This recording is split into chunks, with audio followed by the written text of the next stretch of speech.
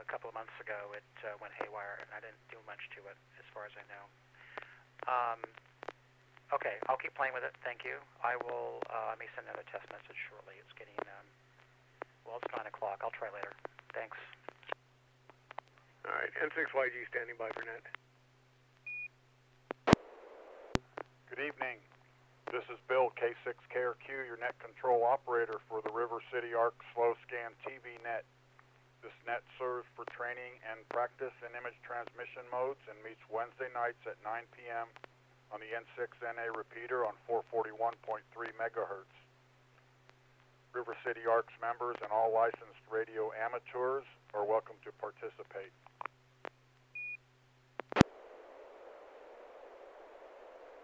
If you wish to join the net or need to make a call at any time, please announce your call sign between transmissions and net control will acknowledge you.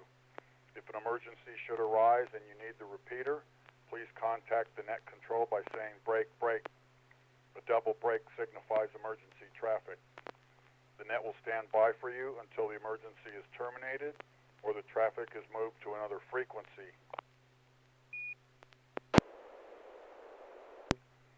Stations who wish to check in are asked to respond with their full call sign using the recognized ITU phonetic alphabet and their name. I will recognize each station before continuing.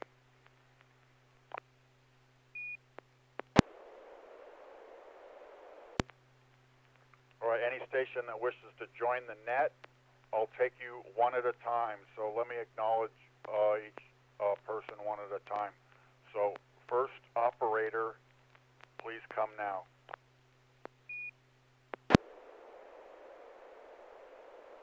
Okay, well, how about N6YG, George and Lincoln? All right, George, good to have you back. I knew you were there because I heard you talking to Stuart. So, again, good to have you. Next check-in, please. November 6 Hotel Alpha, Bill in Roseville. Hello, Bill. Good to have you again also. Looks like I got like my regulars on a roll here. Next check-in, please. November 6, Papa Golf, Quebec. Bob, almost in Lincoln. I'm glad you did because you kept the list of stalwarts going. Good to have you. Next check-in. Alpha Echo 6, Juliet Golf, James in Gold River. All right, James, good to have you. If you weren't going to be here tonight, I wasn't going to go to your CW class on Friday, but it's all good now. Welcome. Next check-in. November 6, Delta Victor Mike, Stewart in Natomas. Hello, Stuart. Stuart is a wayward stalwart, but it's good to have you back. I know you're having like some trouble, but that's all right. Stay with it. Again, good to have you. Next check-in, please.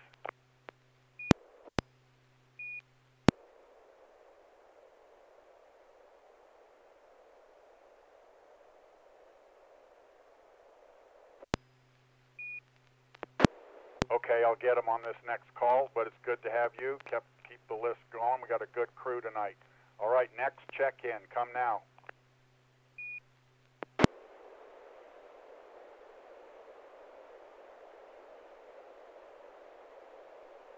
All right, missing one or two regulars, but that's right. We got a good crew.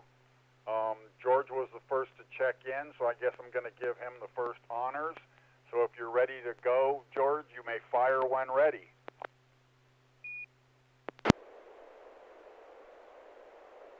All right, well, let me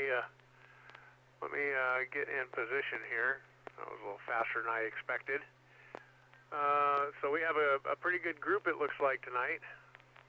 I'm trying to get a header on this. There we go. And I think I'll be this PD-120 N6YG.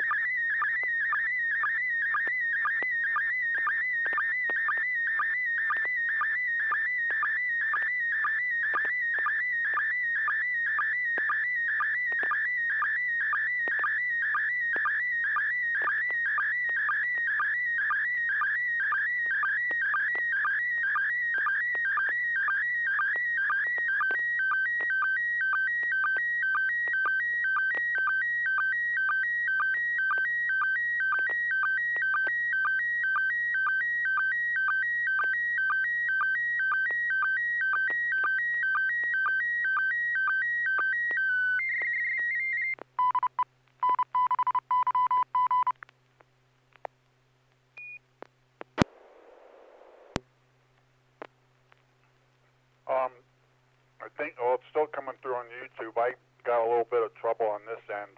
It's coming through good on YouTube, but on my end, I heard it start, then crash, start again, crash, and then it started and completed. So, but I didn't get it. Let's see if anybody else did. Let's go to Bill N6HA first and see what he got. Yeah, similar story here. Yeah, it went for a minute, for a second, and then it crashed out for a while. A lot of static. It caught back up and some more, a little bit of a static, and then the image started coming through. I have a pretty bad slant on mine that didn't get corrected. So the left-hand side, you can see where the last row is interweaving with the one before it. I think the ID might have gotten you halfway down also. So yeah. But otherwise, I could see the picture. Luckily, I think it was mostly sky that got didn't transfer. It looks like some kind of field. Interesting pattern. I don't know what it could be. It looks like they're getting ready to plant something. Maybe. Maybe my guess is this is the corn mazes. They took all the corn down since it's past Halloween. So that's my guess, but I have no idea where this is at. N6HA. Comment. Go ahead there first, George. Yeah, let me send it again and make sure that it's not my system. It might be the repeater. I'm going to send it down and tell me what you get. Okay.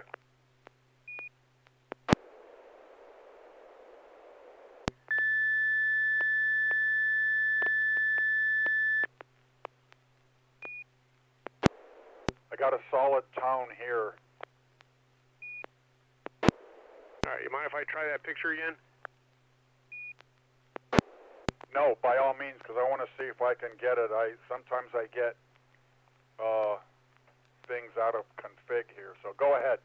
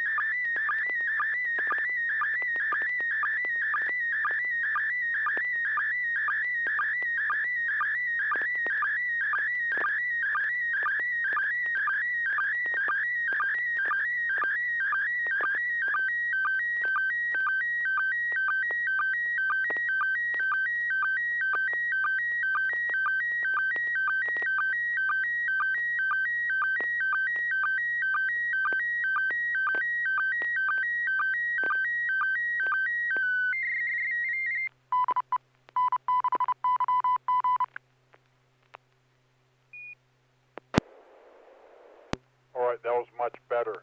YouTube-wise anyway, I've still got trouble on this end, but I'll work through it while we go through the net. Let's go to Bob in Northmost Roseville, N6PGQ, see how he got it. Okay, well, the main part of the picture came through just exactly the same way as it did before. The part that we missed was the goldish N6YG and the black band. Apparently that's about where it tended to have restarted, but the rest of the picture came through real well. Not very many pixel pops. Let me break this for a second. As long as we're guessing, I'll throw in my 5 cents worth now. It looks to me like somebody has just mowed a field of either alfalfa or hay, and it hasn't been picked up yet and baled. It doesn't quite look like it's been rice, because the rows are not usually that close together, and they usually cut it down a little bit closer to the ground. N6 PGQ. All right. Thanks for that, Bob. I'm thinking like George finally cut his grass, but I'll ask for if there are any other comment. I got a kind of a good crowd tonight, so I'll just do 2 in a roundabout. Anybody else got any comments before we go to George?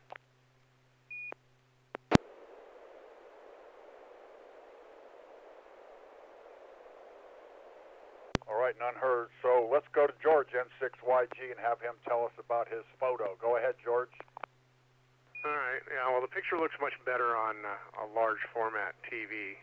Let me turn off my monitor. Looks much better on a large format TV. That's just a drone picture I took a couple days ago when I was launching a wire for an antenna over a tree that's about 110 feet tall. So I think the drone was about 200 feet right here when I took this picture. It might have been 400. I don't remember. And that's just the fields behind my property. And it was really kind of pretty. The sunset looked nice, so I went ahead and took a bunch of pictures of it. So, and I restarted MMS TV. It sounds like it might be having some issues. So, went ahead and restarted that. N6YG. All right, George, very good. So you did cut your grass. I thought so. All right, then. This is Bill, K6KRQ. I'm going to put out a call to see if anybody else has come along since we started. So if there's anybody else that would like to check in now. AF6ATM. One more time, you're real staticky.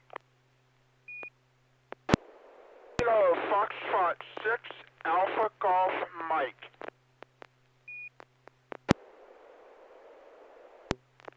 Kilo Foxtrot 6, Alpha Golf Mike. Forgive me, but I forget your name and location.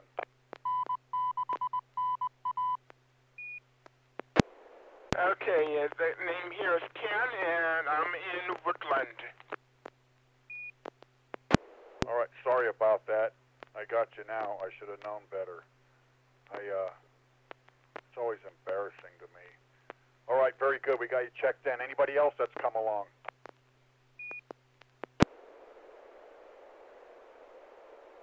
All right, well, I snared one more. That's good. Let's go to Bill in Roseville, N6HA, and see what he's got for us tonight. If you're ready, Bill, you may fire when ready. Yep, it's going to be PD120 N6HA.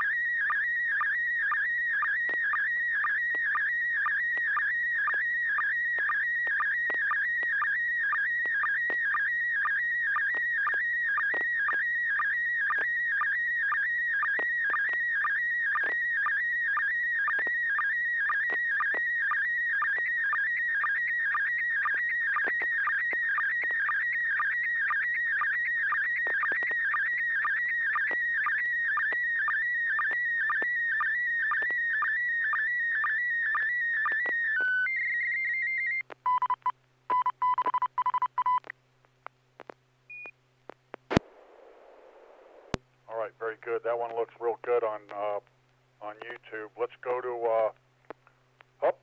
James, AE6JG, and see what he's got to say about this. Thanks, Bill. Thanks for running the net. It's good to be here, guys. Well, it looks like N6HA put together his Pacificon 4.0 QRP kit that he got at Pacificon, and I'm curious to hear more about it. AE6JG. Oh, in terms of the quality of the photo, overall very good. There are pixel pops throughout, but very scattered and not very, very many. Little yellow blues throughout. Back to you, Bill. All right, James. Thanks and it's good to have you here again. Let's go to Stuart, N6DVM, see if he's receiving. I am not yet, so I'm glad I got YouTube up. But let's see how Stuart's doing. So go ahead, Stuart.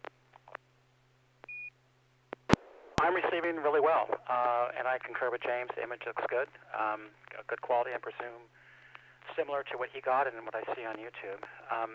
I didn't know what this was. I knew that Pacificon was a thing, and it looked like a radio to me, and I could see HF gain and a few other things. So I presumed this was a HF radio kit of some kind, but that was the extent of my guessing.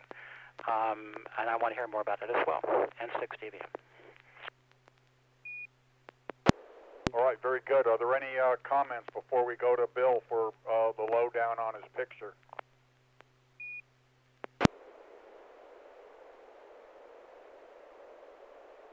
All right, none heard. This is Bill, K6KRQ, Wednesday evening slow scan TV net.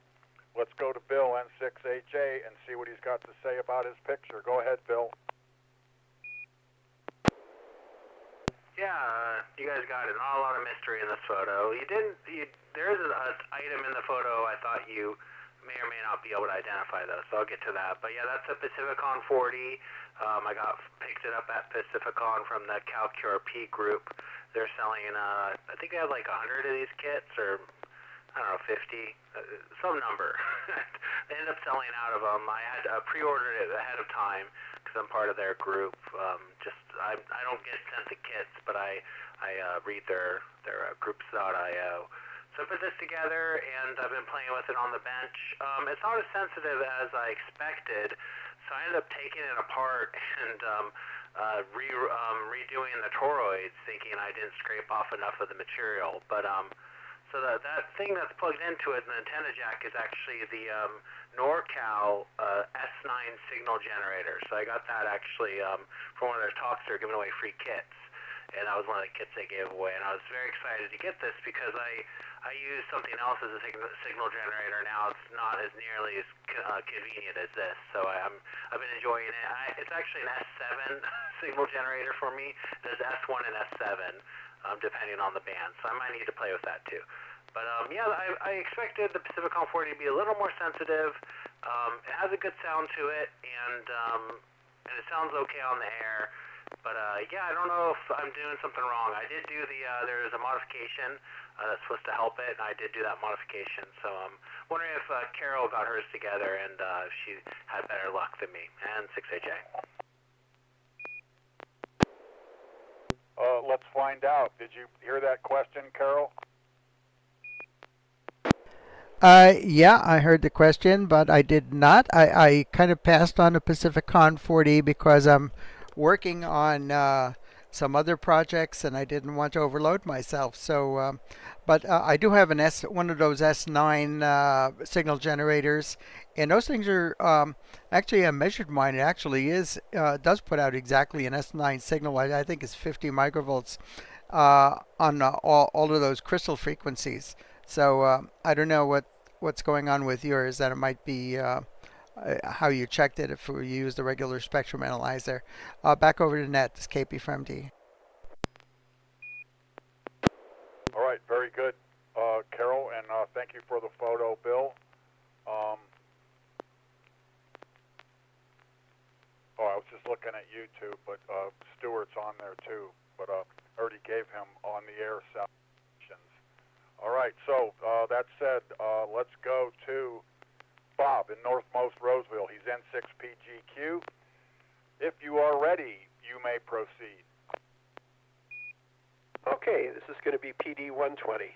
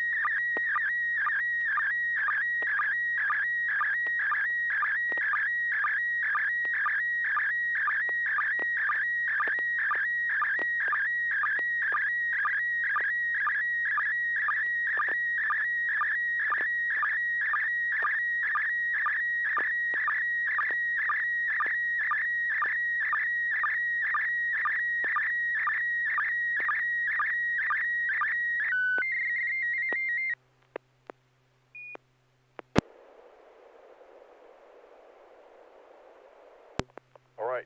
Thank you, Bob. This one looks kind of familiar. Let's go to Carol, KP4MD. She gets first comment on this one.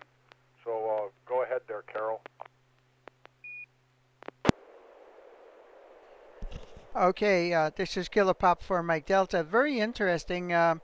What you see right in the center there is it looks like the logo from RCA Victor was the dog looking into the gramophone, and then it used to have the caption, his master's voice, as if he was hearing his master coming out of that little speaker there.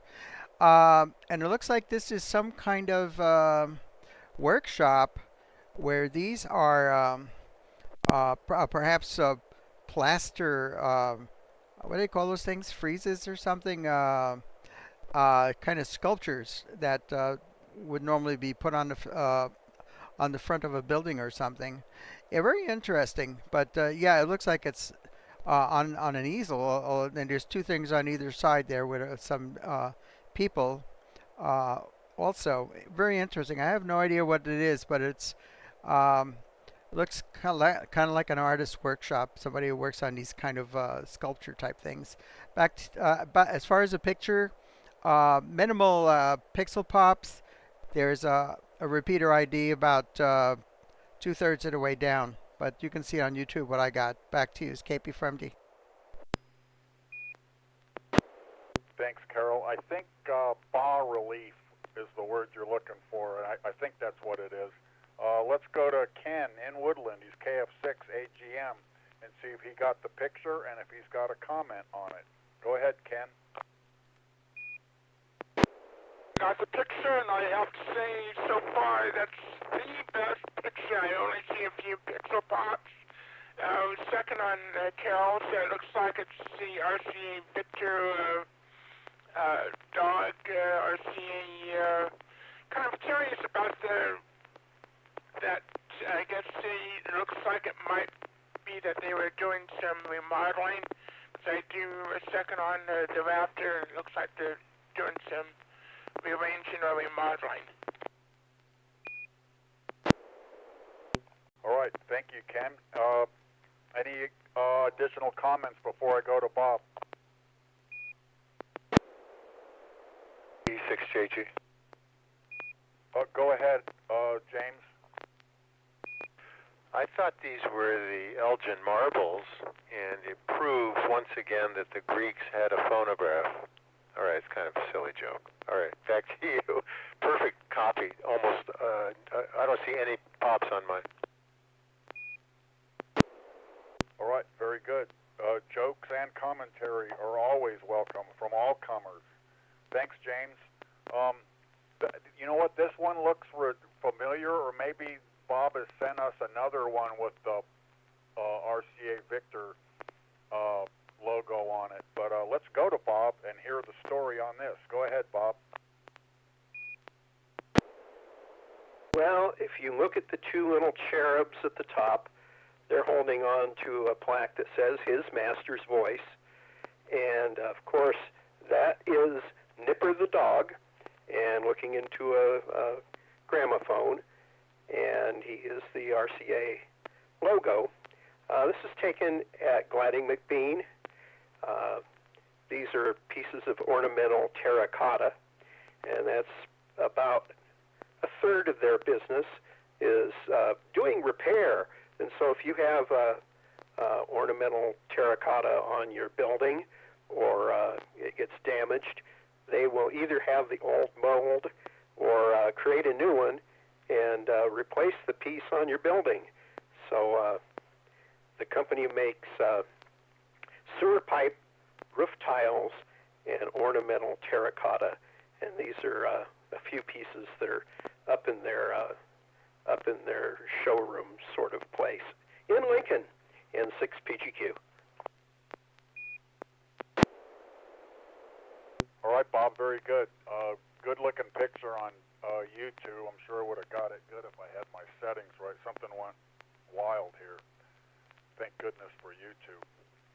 All right, then. Let's see if our long-lost president, AE6JG James, has a picture to send us. How about it, James? You got something tonight? I do. Let me make sure. I'm going to just do a little quick test tone, Bill.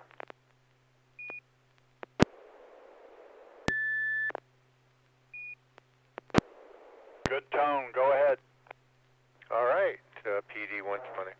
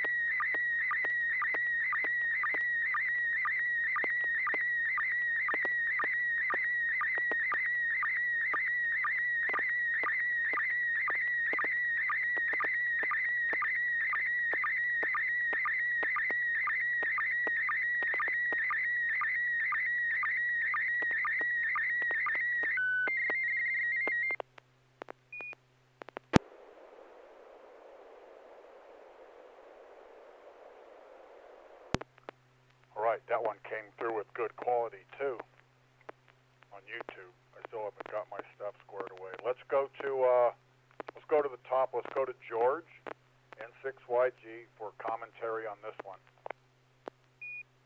Okay, well, it looks like a commercial boat, probably a tugboat. Those look like heavy equipment tires. Uses fenders and bumpers to push things around with. And I'm assuming it's in dry dock because it looks like they're sandblasting the hull and getting ready to paint it. So that's what I have. So with that, back to Net, N6YG. Oh, hey, wait. It came over pretty good. There's some pixel pops towards the bottom and throughout the picture from pause. But other than that, it came through looking good.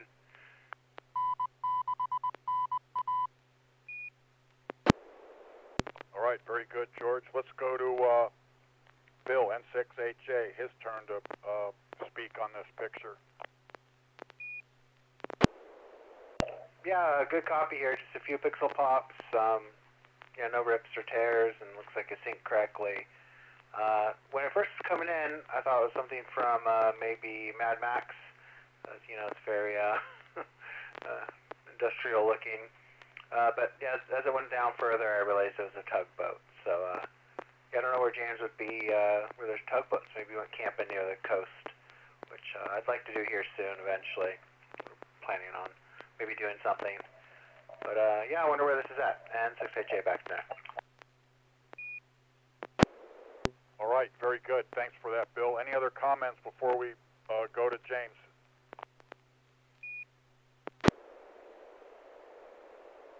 All right, James, why don't you tell us all about it? Go ahead.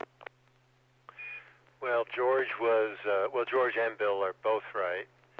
Although Bill, it does look like something from Mad Max. This is a massive tugboat in dry dock. I have other pictures that show the scale, but I kind of like this one. And it's in dry dock in San Diego, but it's from San Francisco. And it's just amazing that they can get a boat up like that 10 feet off the ground, and then at certain parts it has scaffolding because they are doing exactly what George said, which is sandblasting it and clearly getting it ready to be repainted. And this was walking distance from a place my wife and I were camping in Chula Vista in San Diego, back to Net Control, AE6JG. All right, James, very good. Good picture. Interesting top subject. All right, then, let's go to, let's see if, like, Stuart wants to give his machine a try. Would you like to try to send a picture, Stuart? I'd like to. What I'll do is I'll send a test transmission on Robot 36 partway, and then you can let me know whether it's working or not, and then I'll go full. Also, on Ionic or SSTV, I lost the PD120 option on transmit. Anyone know how to get that back? I could transmit on another mode, but just a question for you. Yeah, N6YG. Go ahead. I knew you were forthcoming, George. Click on the TX tab where you would normally send your picture, and on the side where all the options are, find one of the options you don't want anymore, right-click it, and it'll pull up a list of all the available modes, and scroll down to PD120 and click PD120, and it'll replace that button with it. You're brilliant. That worked. Thank you very much. Okay, quick test transmission on Robot 36, and then we'll see if that works. N6TV.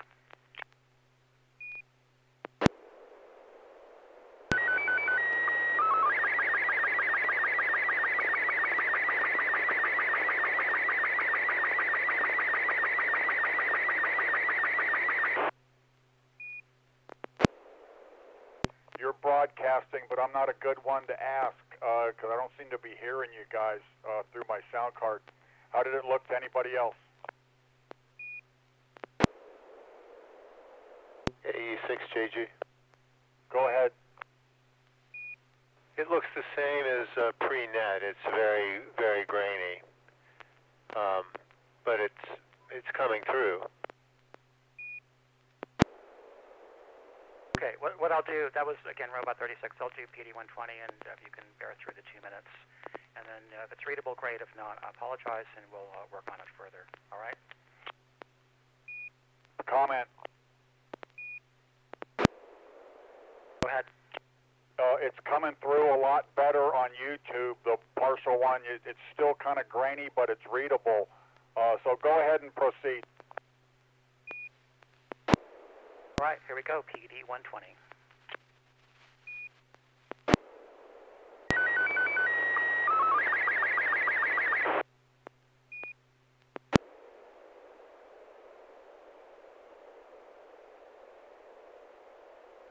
Tried again, there was an abort.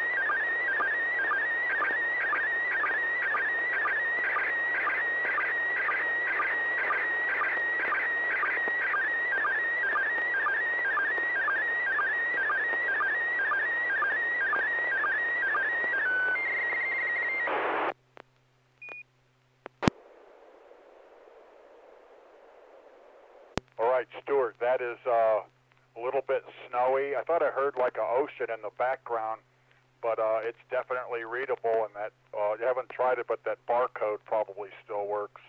Let's go to Bob's first comment on this one, N6PGQ. Go ahead, Bob.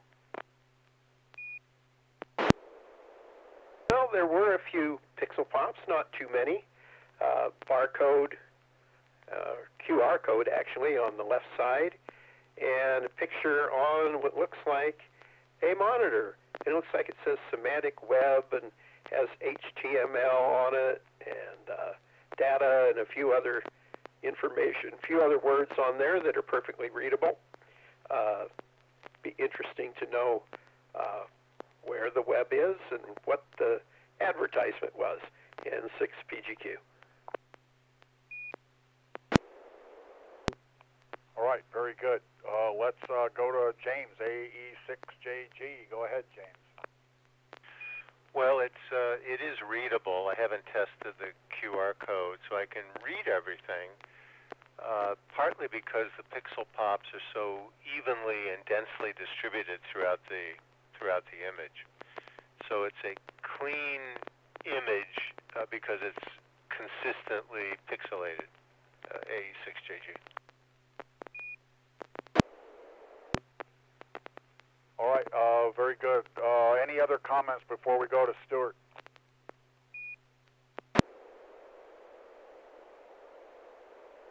All right, none heard. Stuart, why don't you go ahead and tell us about this picture? All right, this is a laptop. This is the outside or the top of the laptop. It's a sticker that I created from the semantic web. It's a Wordle. It's a Word graphic that was created from the text of the Wikipedia article on the semantic web. So that this was about 13 years ago, and this laptop, this cover, was featured on National Public Radio, NPR, All Tech Considered, and we go to the work I do. We do programming, and everyone has laptop stickers, and it sort of shows their cred and what they do. And this was an attempt to do that.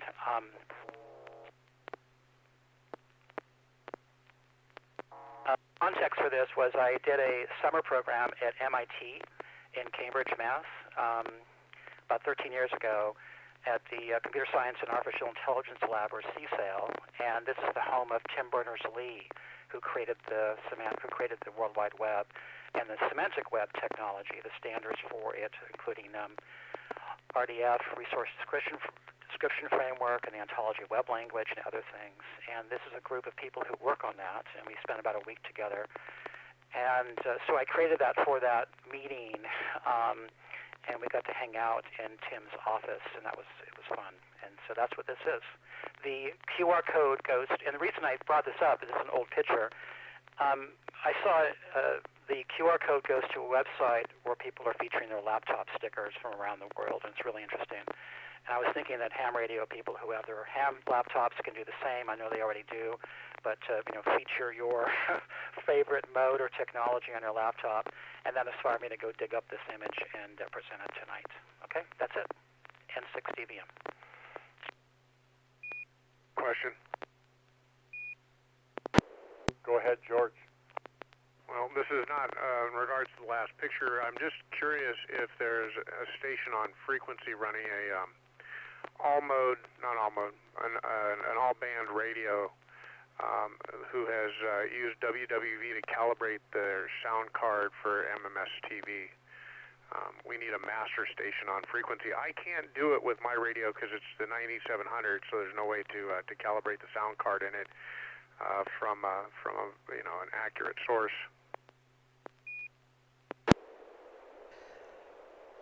Yeah, KP4MD. I've done mine on WWV just within the past week. Okay, good. Thank you. Because I need to calibrate my sound card, and I can't do it on this radio, so when you send your picture, I'll be able to use your picture to calibrate my sound card. So thank you. N6YG.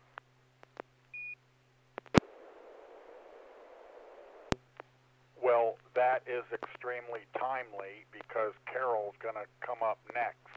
But before she does, I am going to see, just in case anybody came along late and would like to check in. I know it's almost the top of the hour.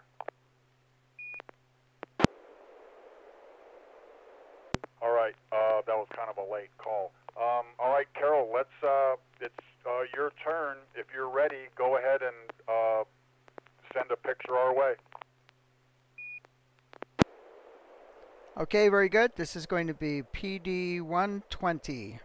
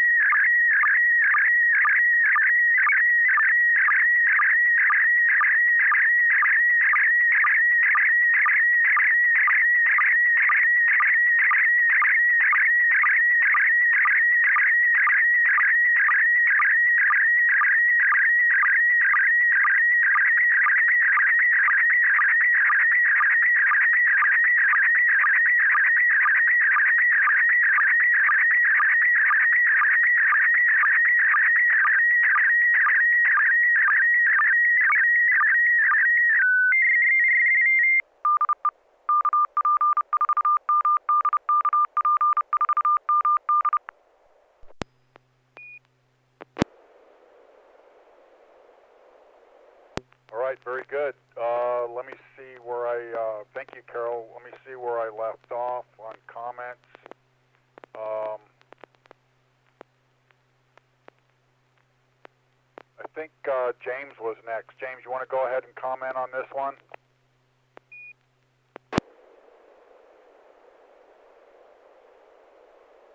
Bill, were you calling me? Yeah, would you like to comment on this photo? I think I'm conflicted out, but this was POTA at last weekend at Beals Point on Folsom Lake, and that's me and Carol and Walter and Kishore in the picture. Kishore's at the very end of the picture, and Carol, Walter standing, and me closest to the front there. And we spent the morning out there doing POTA, and the weather was perfect, and Carol and Kishore actually activated the park. I did not make enough contacts, but we had fun. AE6JG. All right, very good. Let's go to Stuart, N6DVN. Well, I've seen the image before, and I know the context. And I see James and Carol and Kishore and Walter. So I concur with everyone so far, and it looks like you had a great time. N6DVM. Thank you. Stuart, any other comments before I go to Carol? I just did a comment. Did you hear me? I did not. Oh, interesting. I'm sorry. I keyed up. What I said was that I've seen this image before. I know the context. I see James and Carol and Kishore and Walter. And it looks like everyone had a great time. N6DVM. Oh, I'm sorry. I did hear you originally. I thought you had broke for another comment. So it's all good. So any more comments before I go to Carol? All right. Before I go to Carol, this is a really good picture. This I can only look on YouTube because I have reception issues, but my SST doesn't seem to be hearing my radio for some reason. Not very well, anyway. But anyway, let's go to Carol and have her tell us about this picture and the Beals Point adventure. Go ahead. Okay, very good. This is KP for MD. Yeah, this was a picture that Sylvia took, KS6WTF. She took quite a bunch of pictures, I think over a dozen. And I picked this one because it was probably the one with the best perspective and showed us all operating at the same time. I was doing 17 meter CW. I believe that James was on 15 meters, and Kishore down at the far end of the table there was on 20 meters. And if you look under the 595, AE6JG 595 letters in the upper left-hand corner, you can see the tripod that was holding up Kishore's vertical whip. The antenna I had was a 40-meter full-wave loop. It was a delta loop, actually, 140 feet of wire up 20 feet on fiberglass poles. And I was feeding it with speaker wire, which I've characterized that speaker wire as being about 100 ohm impedance. It works quite well, and it's nice and light. So I'm using a KX3, just running about 10 watts. And I made exactly 10 contacts, which is the minimum required to have a valid POTA activation. So that's my first POTA activation on the POTA website. I was very happy about that. I did have a question out there also. I wonder if anybody has captured any of the ISS pictures, because there was supposed to be an ISS event, a slow scan TV event starting yesterday. It's going to go on, I guess, for about a week. 25-year anniversary of ISS, ARIS, and Scouting. So they're supposed to have a series of pictures, I think about 12 pictures. I haven't started listening for them yet, but I think I'm going to try and capture some of those to share maybe at the next net. So This was a fun time with POTA, and we're talking about doing this a little bit more frequently. It's a lot of fun, and not very far from here. You could probably see the blue there from Folsom Lake in the distance there in the background. So really nice picture. Back over to Net Control. This is KP from MD. Thank you, Carol. This is Bill K6KRQ. A good picture. Looks like a good time. I'd like to make it one of these times. I did get your email about the ISS event, but I myself haven't taken a stab at it yet. Before I go to Ken, I want to ask James, so how many contacts did you get, James? 9? I think 7. 7. 3 or 4 CW and a couple voice, something like that. I lost track. I don't quite understand activation versus not activation, but it was kind of fun. Comment? Go ahead, Bill. Yeah, real quick, to Carol's comment, I've been listening for the ISS Slow Scout event, and there's been nothing yet, and the status page reflects that. So I'm not sure why they haven't turned on the transmitter. And James, you could have probably activated the park because there's 3 people there you could have contacted. So I don't know if you cheated and you got Carol and Kishore and Walter in your log, but if you're 3 away, that would have been your 3 and 6HA.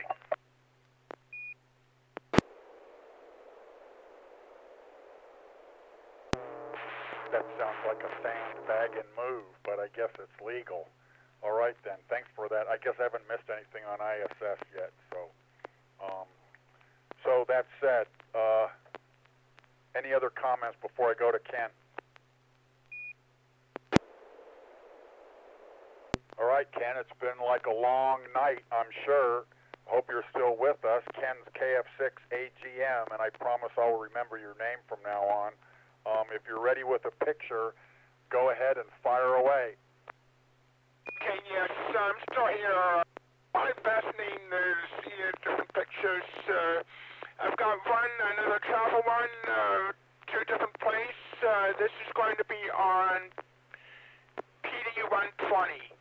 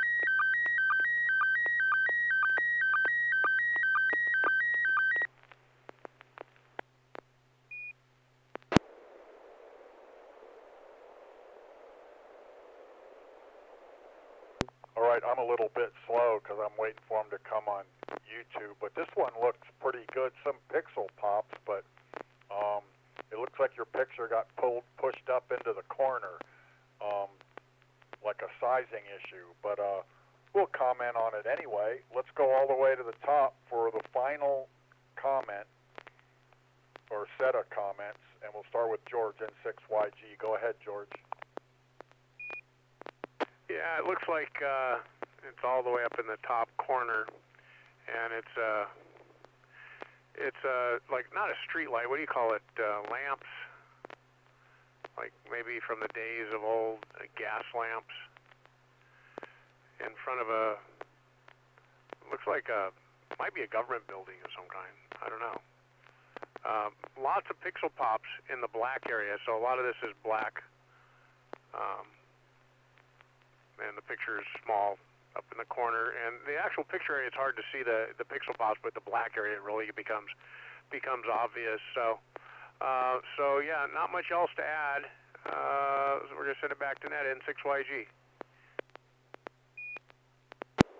Thanks, George. How about Bill, N6HA? You got a comment on this one? Yeah, the good photo here, it is a little small. Maybe you changed modes and switched back, so the aspect ratio changed. I have a visitor in the chat. Can you say QRZ? Can you say 73? Pretty good. But yeah, I agree with George. It looks like some kind of old-timey lights. Pretty cool. N6HA back to that.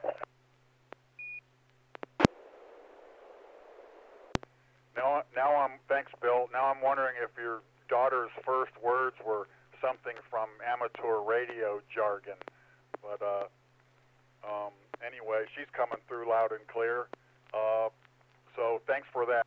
Let's any other comments before we go to Ken? Yeah, KP from D. Go ahead, Carol. Okay, yeah, this looks like Ken has a 320 pixel picture sent over PD120, and the picture and the template also is for 320 pixel size. What you need to do when you're going to send a picture on PD120 and you want to fill the whole screen is you have to take the that box that you put the picture in MMS SSTV and reset the size to 640 by 496, and you do that by doing a right click over the box and clicking on size and changing that from 320 256 to 640 496. So then when you drop the picture in that box, it's going to fill the entire screen when you send it on PD120. The other thing is the template. That template that you put on there is a 320 pixel template.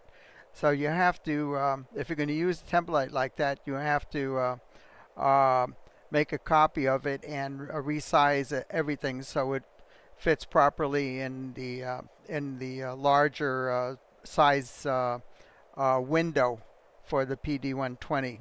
So. But yeah, this happened to me, I think, the first time I tried sending a PD120, and I had not adjusted the size of the image. Back over to Nets, KP from D. Comment. Go ahead, George. Yeah, I wanted to add that you can, when you go into the settings on MMS TV, if you right-click the images, you can say you can check mark Show Size right underneath it, so you see it. And it'll show it on the templates too, the size of the templates. And so when you're when you select like PD120 or something like use will be in red, and the ones you can use are in green, in case your eyes aren't that good and you can't read the numbers.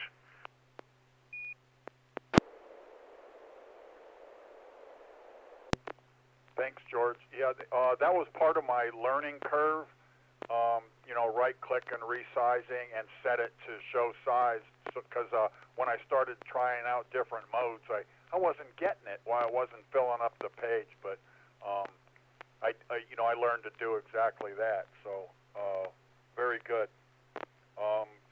Let's go to Ken and have him tell us about his picture anyway, where it was. I guess it was one of his travels. Go ahead, Ken. So this picture dates back to half years ago, I was invited by a pen pal that I've met online and spent Christmas and New Year's in Italy. And so this is a picture, one of the pictures I took in Turin, Italy. This is, everybody's correct. It is, I was very intrigued with all the different colors with the lamp that has unique multicolored shades. So that's where I was.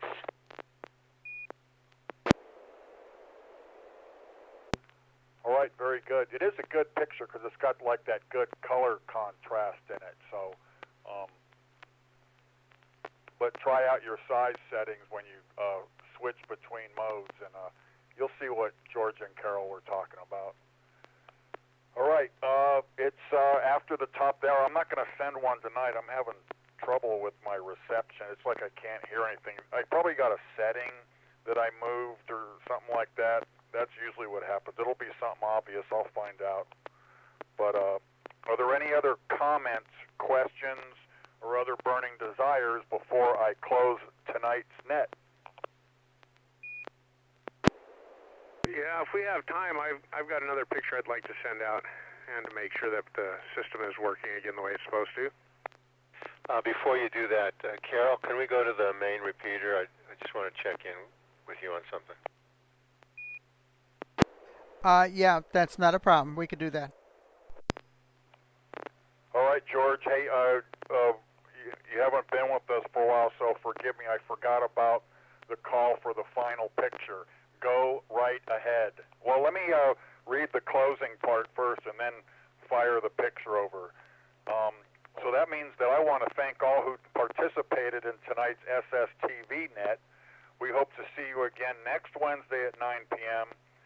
The net is officially closed after the final picture is sent. This is Bill, K6KRQ, wishing all of you a good evening. 73. Go ahead, George. All right, well, this one's going to come over MR90, and not really a closing picture. It's just a picture I took today that was kind of cute. So here goes, N6YG.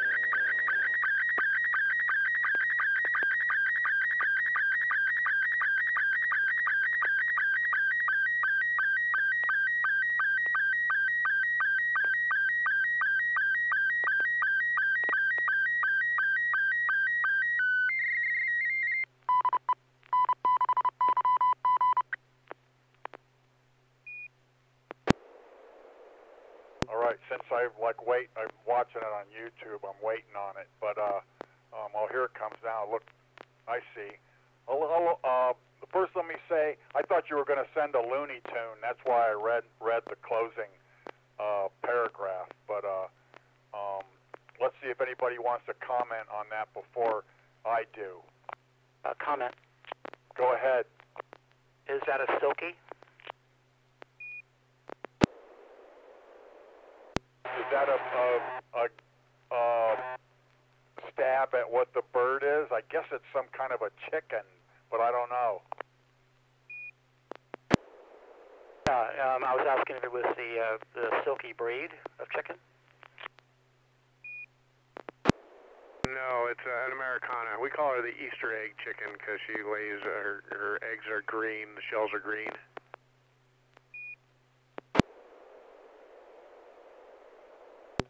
Really, I've not heard of that. That's interesting. I don't know what to say. It looks like she's got her like head tucked in while she snuggles up on your shoulder. Yeah, she's sleeping. She's resting. She's old. She's 9 years old. That's an old woman. So I was drinking.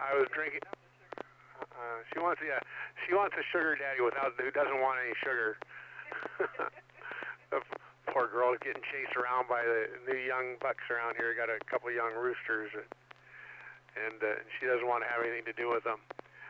But she's sitting on my shoulder. I'm sitting outside drinking a cup of coffee, and she came over and hopped in my lap, and then she has no concept of, like most girls, she has no concept of personal space. And she just crawled right up there, and she curls up, and she sticks her head right on my hand and just goes to sleep.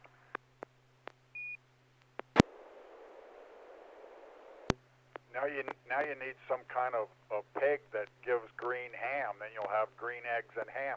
What do the eggs look like if you break them to cook them? Just like regular eggs? Yeah, they're regular eggs. They're normal. So I eat nothing but eggs from our own hens out here, and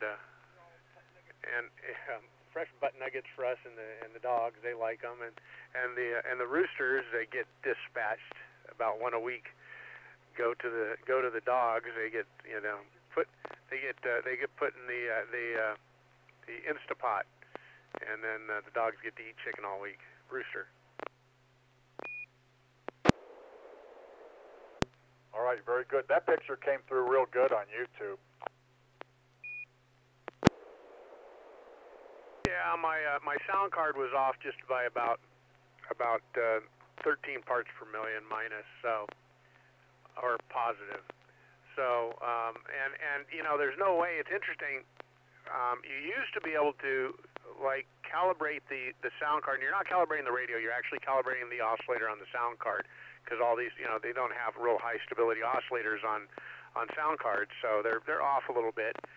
And it used to be you can calibrate the sound card in your computer, because you'd use the sound card in your computer and then interface the radio. But now the radios have built-in sound cards, and I realize that there's really no way to calibrate the sound card in the 9700, because it won't tune anything out of band. So you've got to WWV is usually what you use to tune the sound card. So other than building your own station and injecting a 1,000 hertz or kilohertz tone from a good signal generator, I guess you could do it that way.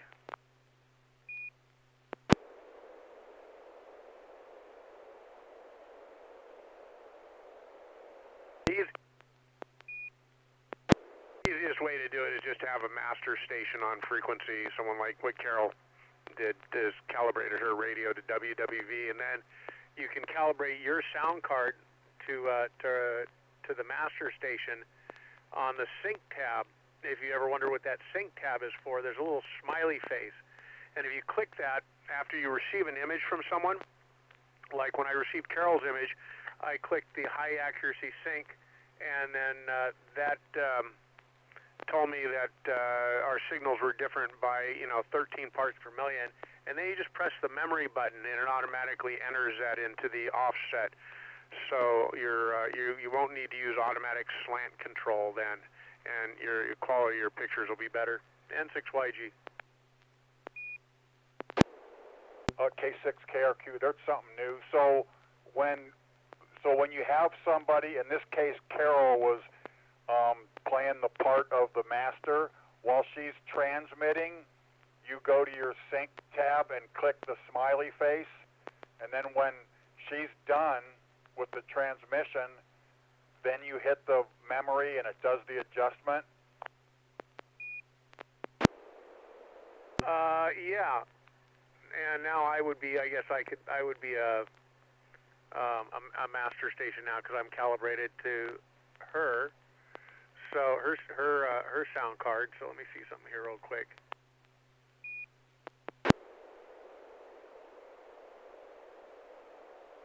So if I send out an image in Robot 36, you're receiving right now, right? No, my radio is not hearing you guys for some reason. I hear everything come through, but it's not making it to MMS TV. So I probably got a setting I bumped or something like that. But I'll check it out. I'll look at my things I saved. So that's what happened last time. I had a setting out of whack. Well, do this without keying your radio up. Whistle, and watch the in the RX tab. Watch the receive signal level, and see if that moves, or clap your hands. If that's moving, then Windows has switched the sound card to the built-in sound card. I'm assuming you're using a laptop or you have a microphone on your computer. And if that's the case, then you just need to switch it back to the radio. Yeah, it's not hearing like a clap either. So I probably, because I have to, boy, do I have a lot of experience with this. I got to remember I turned something off yesterday to do a Zoom meeting, but I'll have to check it. Look, I can't see sticking me in the face what's wrong with it. I'll just have to go through the speaker, because the speaker function, like when you click the black box there and it brings up your sound things, its playback is the one that is I want to be hearing, right? Okay, now this is interesting. If you right click on the black VU meter, that brings up your speaker settings. So that would be your receiver settings. Or no, I'm sorry, the speaker settings would be TX settings.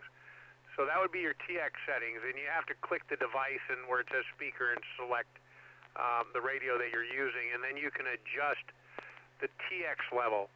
Now, if you left-click that box, it pulls up the master one, and now you can select playback and recording to adjust levels.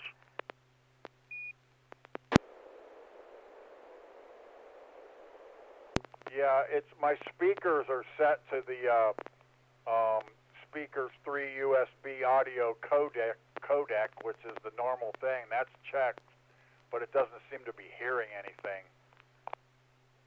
How about recording?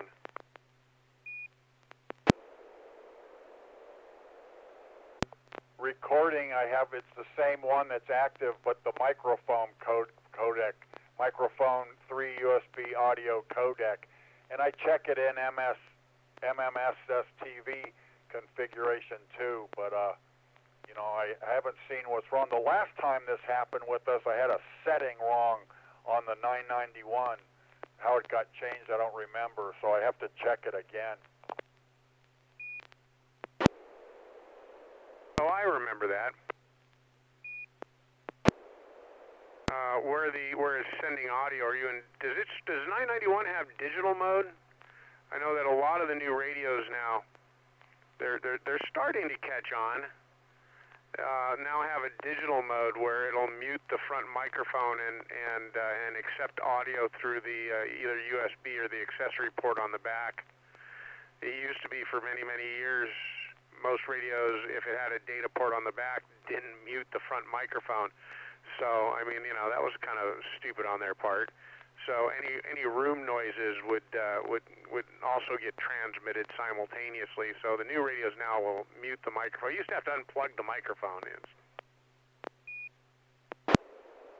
Yeah, there's a setting for that. I think is where you just you pick rear. I think, don't quote me, and then it'll work. It'll work. I can use the microphone when I have to, do net control, and then when it's time to send or receive, it just comes through. I don't have to unplug anything.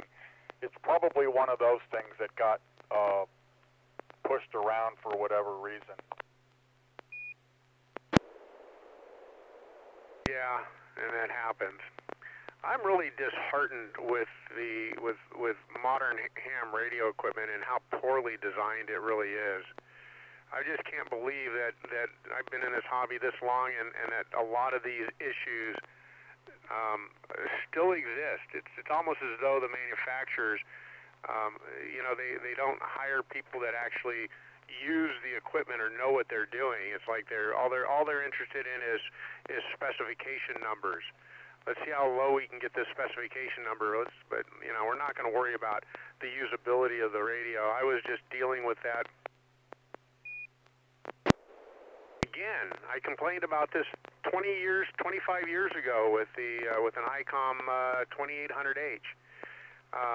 When they start putting big LCD screens on radio equipment, especially mobiles, they need to have a very easy way of dimming the display. Because the difference between, the brightness you need for daytime driving and the brightness you need for nighttime driving is ridiculous. I dropped my son off at the airport. I turned on that Yaesu FTM 400. It about blew me out of the car. The screen was so bright. And I'm on the freeway, and I'm not going to mess around with the touch screen trying to find the dimmer settings in that thing to dim it. You'd think that they would have a real simple way of dimming it. I don't know. I mean, it's a $500 radio. Put a photo sensor on top of the damn thing and set it so you can adjust it to adjust to ambient light. It's K6KRQ. It is bizarre how something that could an obvious feature just gets overlooked. That's a good example of one.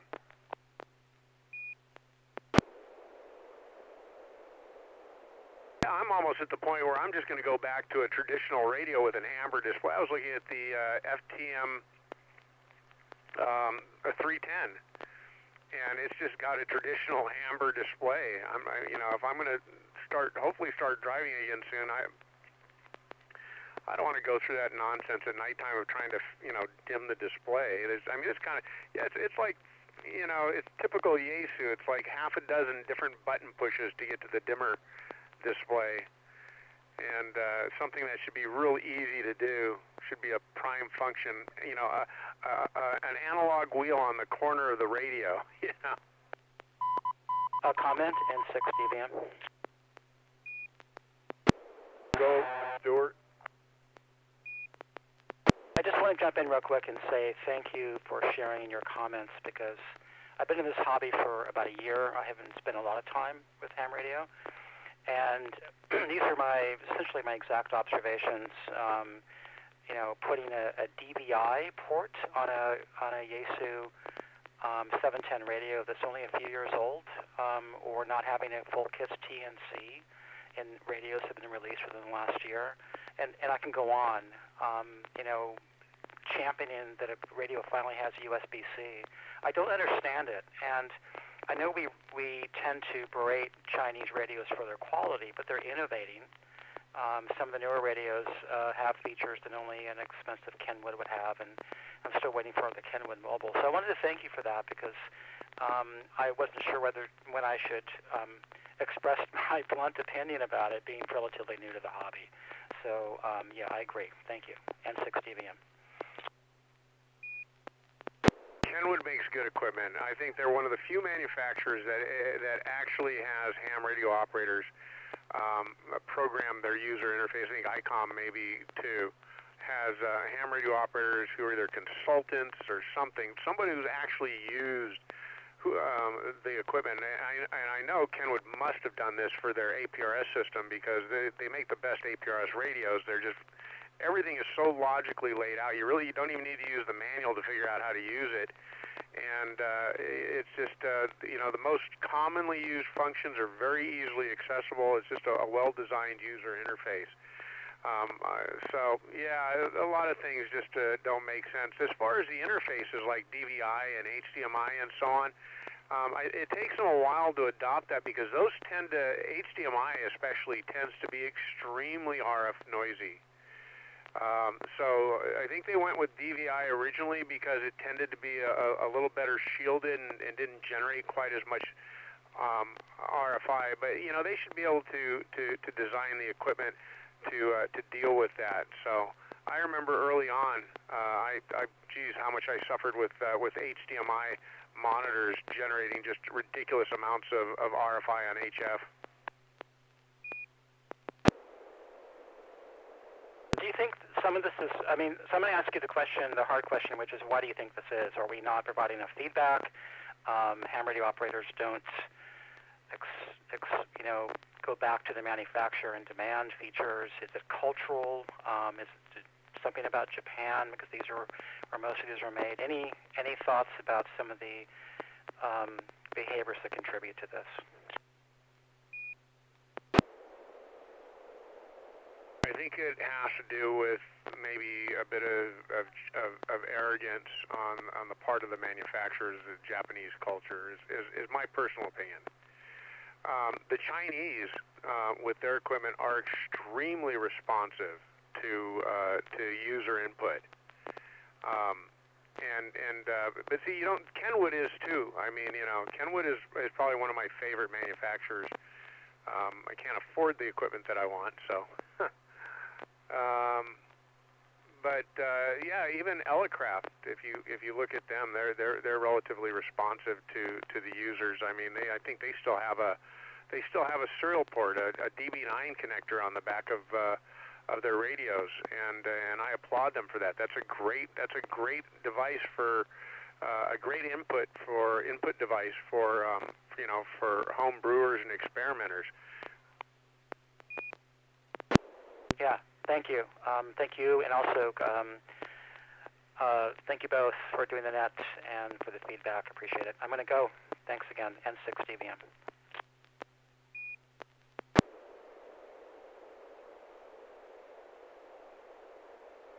Alrighty. That was, again, that was great. So, and I'm not sure who's still here. I'm starting to fade quickly. N6YG. I'm still here, but I'm going to wrap it up. I'm glad you were with us again, George. We miss you when you're not here, especially when some of these things come up. Because it's really good when there's you, Bill, and Carol. It helps the rest of us. Believe me. Well, I appreciate that, and Carol is also, she's very familiar with this software. She's been using it longer maybe than I have, so I've experimented with it a lot. I actually like MMS TV. I think it's one of the better pieces of free ham radio software that we've had access to. I'm impressed that it still works after all these years. So that's just, and it even works in Linux. You can run it under Linux, and it works. So that's I guess we're lucky in that regard. I also use his antenna modeling software, N6NA something like that. I use that as well. So it's unfortunate that we don't have more programmers like that creating software. It works pretty good. The software, I mean, for something free, every time I have an issue, it's always something on the radio. It's not that got budgeted up. Usually the software, other than every once in a while having to close it and restart it, that's minor. It works pretty good. It's always the radio. The thing is, it's fairly complex piece of software. It has a lot of options. I mean, it does a lot. It's a lot of custom. You have the ability to do some significant customization to your RX and your TX images. But there's other software out there that works really, really well. I mean, even the Linux software works really well, right? With minimal setup. I mean, it just kind of works out of the box. I think Black Cat software makes an SSTV program that it just works. So I think, and it's probably better for beginners because you just load it and it just works. I mean, there's, you know, you don't run into some of the problems you run into with MMSTV because of the complexity.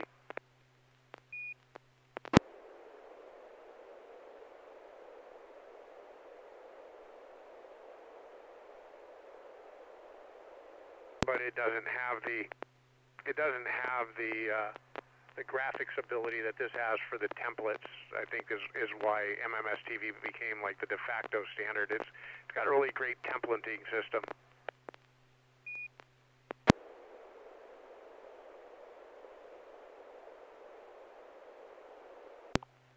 Yeah, it's got a bunch of stuff on it. I don't know about. I've learned it little by little from what you showed us.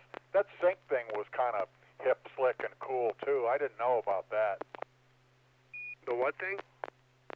That sync tab on MMSTV and how you calibrate to either WWVB or I forget what it is, or somebody that's got a recently calibrated signal. Well, that sync tab you can only use to calibrate to another SSTV signal. If you to calibrate it to SSTV or to to calibrate it to WWV or WWVH for Honolulu, Hawaii, you have to go into the settings and open up a calibration window and tune into it and let it run for, 15, 20 minutes. And it produces a line that runs vertically down the screen, and you click the bottom of the screen at where the line is in the top, and to set the slant, and then it automatically enters that into the offset memory for calibrating your sound card.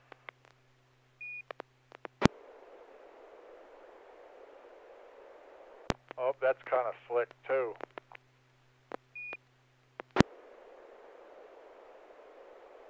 Yep.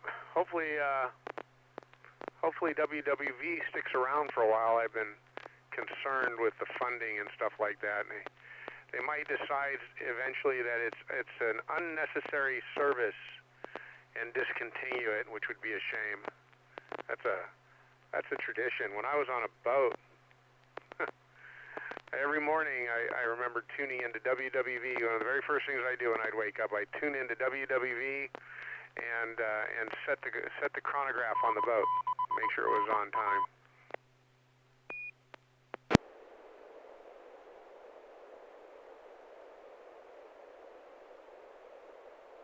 Oh, hey, this is K6KRQ. You know what? You just reminded me of something. I was asking you like a few weeks ago if you had ever have had to use a sextant. And I was watching like a video, like how to use one, and I thought about getting me like one of those cheap ones, just so I could like try it and like see how I do and say I know how to do it. Yeah. Davis makes a plastic one that's fairly inexpensive, and sometimes you can find them secondhand, or you can spend a lot of money on. I don't have one right now. My wife was going to buy me one for a present, and I had to talk her out of it. I no longer have an ocean-going boat, but it thought I heard a siren. Anyways, so yeah, you can take a class. It's a lot of fun. Yeah, it'd be nice to come across one. Somebody's selling like a real one, like a nice one. They look nice like on your mantle too, kind of like the scales that like assayers used to use too, like in the gold rush days. Those old ones, those are kind of neat too. I'm always looking for something like that, but they're kind of hard to find. A lot of decorative. You got to be careful what you buy. A lot of those sextants are simply decorative. A real one is a fairly high precision device.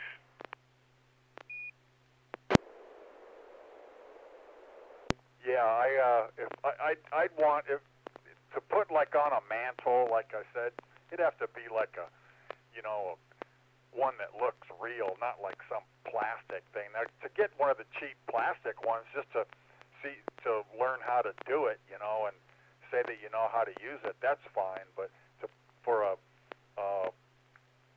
working decoration, it's got to be like one of those nice ones. But I don't know if I'm going to spend like I don't even know how much they cost. They got to be at least hundreds of dollars for one that's for real.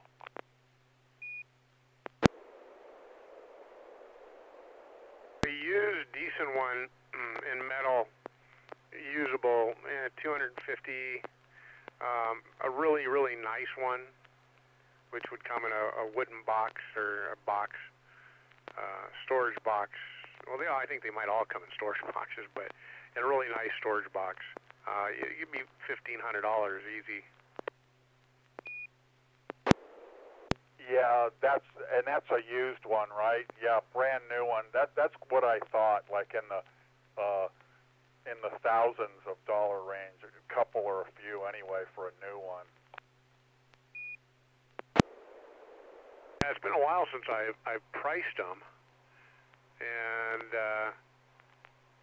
yeah, the Davis, yeah, the plastic ones have gotten expensive. Yeah, there's a lot. You can buy like inexpensive decorative ones that are pretty. You can buy for like $60, $70, and the Mark 15 is $259. That's the plastic one.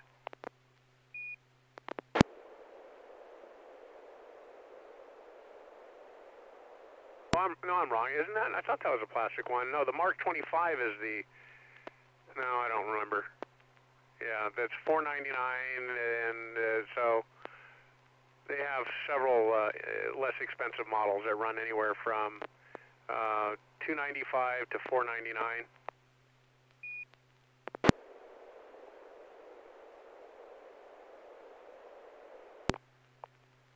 I guess that's you get what you pay for thing. It's kind of like those weather instruments. They look nice. The wall-mounted ones. It's got like a temperature, humidity, and barometer on it. But they don't even work. I think those are like decorative. But to get ones that really, really work, real instruments, you're going to pay for that. I've looked those up. Those are expensive. Oh yeah, you're talking about like a barometer. I have a ship strike, Chelsea ship strike barometer, and that's solid brass. That marine barometer. They've been making those since the 1800s. Those are expensive. Davis makes weather stations. I don't know if they make any of the separate ones. They're making any of the modular ones anymore. They're all the 5-in-1 style weather stations, and they're still expensive. But like the original Davis Vantage Pro series that had separate sensors that you can mount, in different locations or replace. Now it's just one big giant integral sensor. Those things were running $1,200 to $1,500 still. I have two of those. I have one that's never been used, and I'm actually debating selling all my Davis weather station equipment and just using the stuff that I